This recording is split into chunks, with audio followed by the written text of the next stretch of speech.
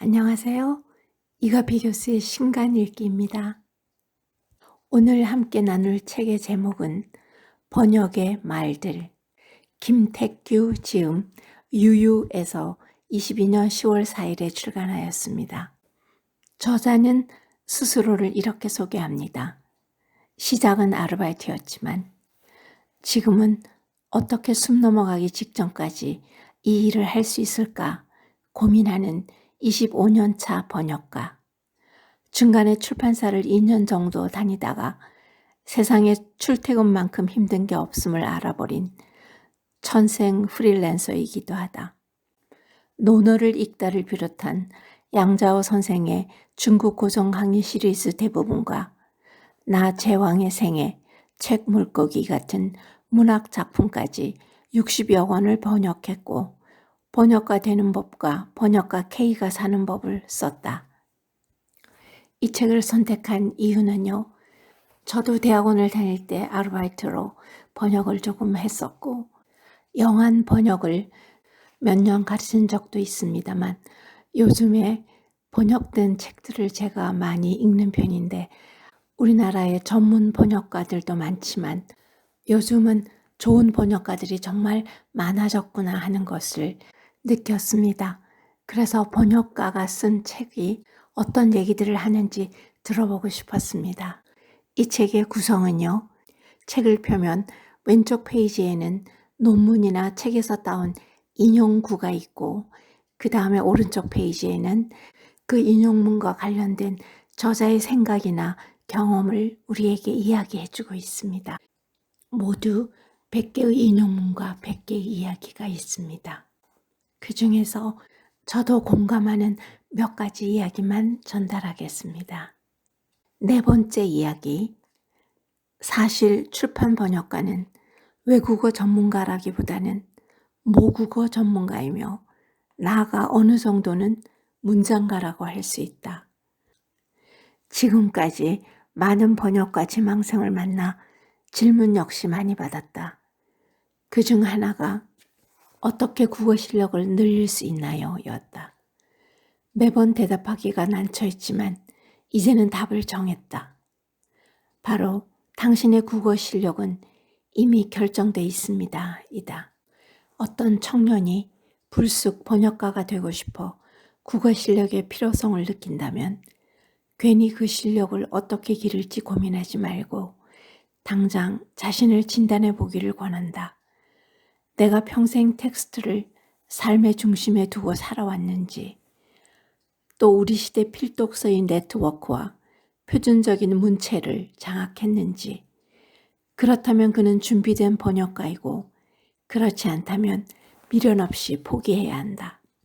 저도 평소에 영어를 잘하려면 먼저 국어를 잘해야 한다는 말을 해왔기 때문에 무척 공감이 되었습니다. 다음으로 50번째 이야기를 들려드릴게요. 묘하게도 나는 번역이 괴롭다.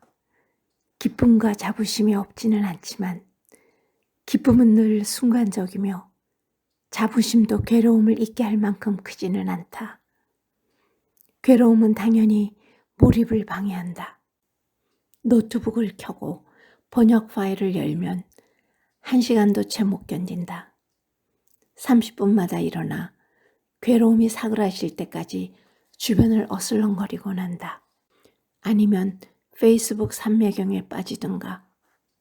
그 덕분에 번역가의 직업병인 허리 디스크와 목 디스크, 손목 터널 증후군 같은 것은 일절 없다. 나는 왜 이렇게 번역이 힘든 걸까? 간단히 말하면 앞에 인용문에서 언급됐듯이 번역하는 나의 내면에서 계속 두 가지 언어와 두 가지 문화의 충돌이 일어나기 때문이다. 나는 독자를 보호하기 위해 미리 원문과 번역문 사이에서 충돌 에너지를 흡수하고 있는 셈이다. 그렇다면 한 걸음 더 나아가 그 충돌이란 구체적으로 어떤 메커니즘 속에서 일어나는 걸까? 문득 이중의 맥락화라는 단어가 떠올랐다. 작업에 돌입하면 번역가는 우선 출발어 원문을 읽으면서 배열된 언어 문화적 요소의 연결고리를 확인하며 규칙에 따라 맥락화를 수행한다. 동시에 출발어의 언어 문화적 요소에 기능적으로 대응하는 도착어의 언어 문화적 요소를 떠올려 전혀 다른 규칙에 따라 역시 맥락화를 수행한다. 이것이 바로 번역을 가능케 하는 동시에 번역가를 괴롭히는 이중의 맥락화다.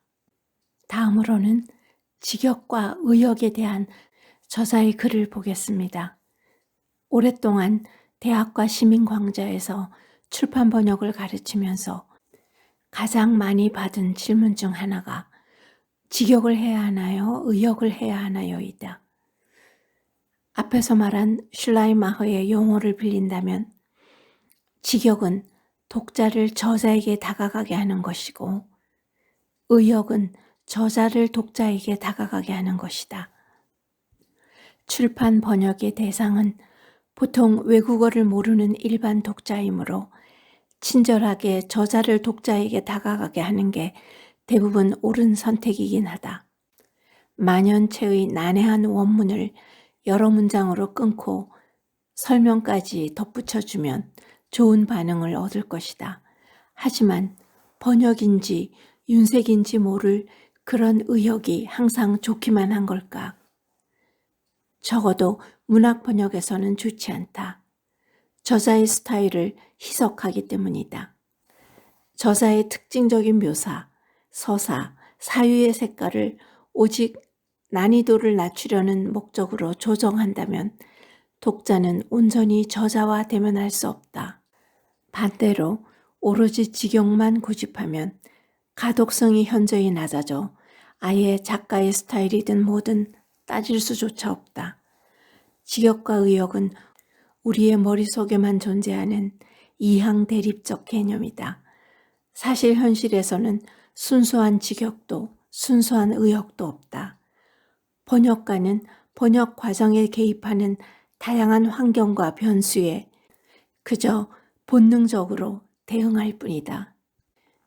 다음은 근대 최초의 번역 이론가에 대한 이야기입니다.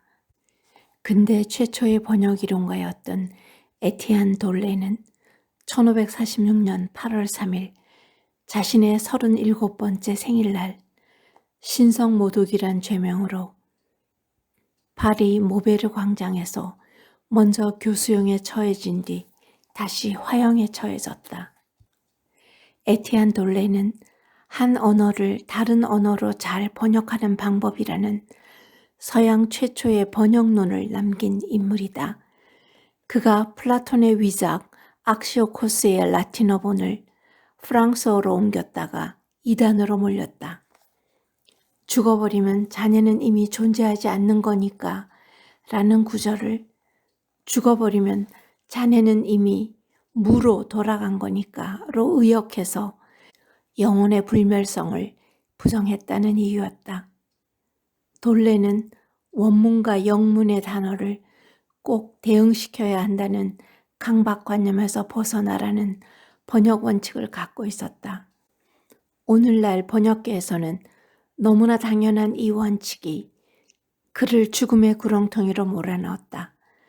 번역을 하려면 목숨을 걸어야 했던 옛시대의 슬픈 에피소드다. 다음은 번역가의 즐거움에 대한 얘기를 좀 해보겠습니다. 번역을 통해 중국어를 배워 말은 어버버하지만 그래도 용기 내어 내 작가들을 만나러 다니곤 했다. 베이징에서는 주원을 만나 커피를 마셨고 난징에서는 한등을 만나 잉어찜을 얻어먹었다.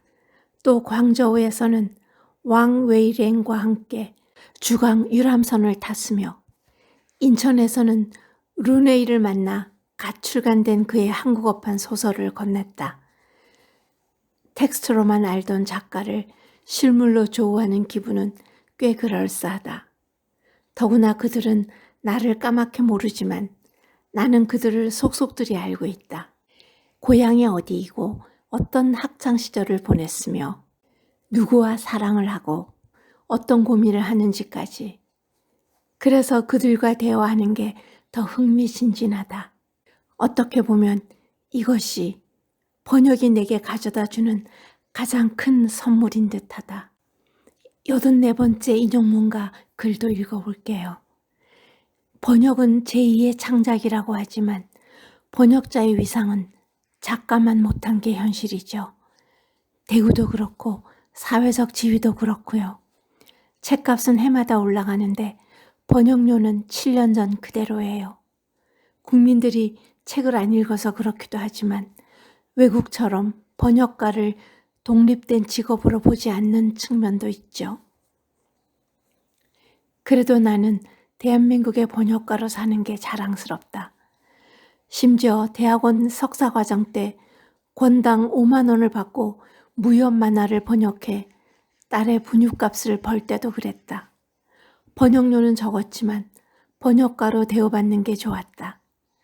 학교에서는 허드렛 일이 일상인 잔챙이 대학원생이었지만 출판사에 가면 역자 선생님이라고 깍듯이 대접해 주었다. 나는 이것이 우리나라 출판계의 독특한 문화라고 생각한다. 저자에게는 물론이고 역자에게까지 콘텐츠 생산자로서 받아 마땅한 예우를 갖추는 것. 나는 처음부터 이 문화에 감동해 점차 학계를 멀리하고 번역에 집중하게 되었다.